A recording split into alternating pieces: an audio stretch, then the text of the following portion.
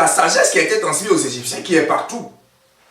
Vous devez vous libérer par 3 forces. Dans un premier temps, vous devez mourir et naître avec la mère.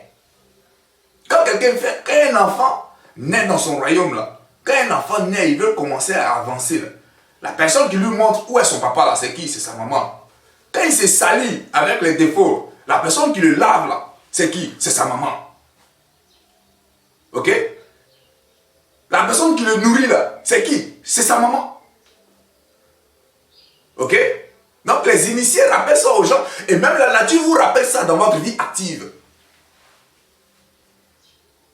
Si vous connaissez le rôle de votre maman à l'extérieur de vous, vous allez connaître le rôle de la maman de votre âme.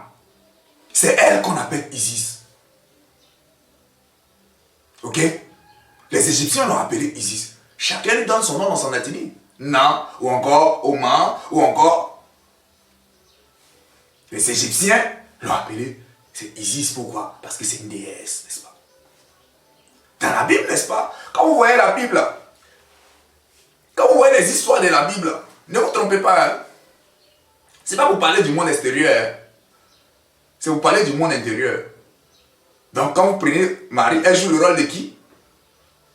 La maman du fils qui est Jésus, n'est-ce pas? Ici, Jésus, c'est vous qui devez faire le chemin. Marie, c'est la maman de votre âme. Vous devez faire la volonté de votre Père. Ok? Donc Marie, elle correspond à l'Isis. Elle correspond à Isis. Et Jésus, il fait le rôle d'Horus. Et il parle, il veut faire la volonté de son papa, qui en Égypte, quand ils ont transmis l'héritage spirituel, s'appelait Osiris. Et il vous rappelle que vous avez des dons et de feu, parce qu'en réalité, il y a un premier degré d'union qui a opéré. La mère est là, elle est à l'intérieur de vous.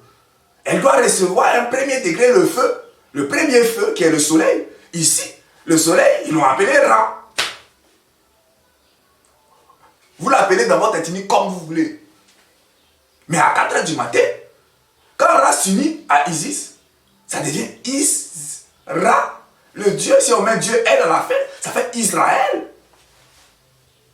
Ça n'a rien à voir avec les Israéliens qui sont chez eux là-bas. Non. Là, mais là, c'est un code.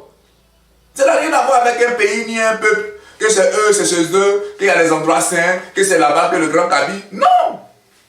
Ça n'a rien à voir. On parle de l'âme. Et le langage de l'âme est universel. Ok? Voilà. Et quand quelque part, je vous ai dit dans ma première conférence, on dit, David va tuer Goliath, c'est pour vous dire que vous devez faire le combat, pour travailler, pour enlever le péché de vous. Les musulmans doivent réaliser les vertus de Dieu à l'intérieur de eux. Quand tu tues le mensonge en toi, là, tu ne peux plus dire, tu ne peux plus faire sa volonté. Tu as dit la vérité. Quand dans ton cosmos,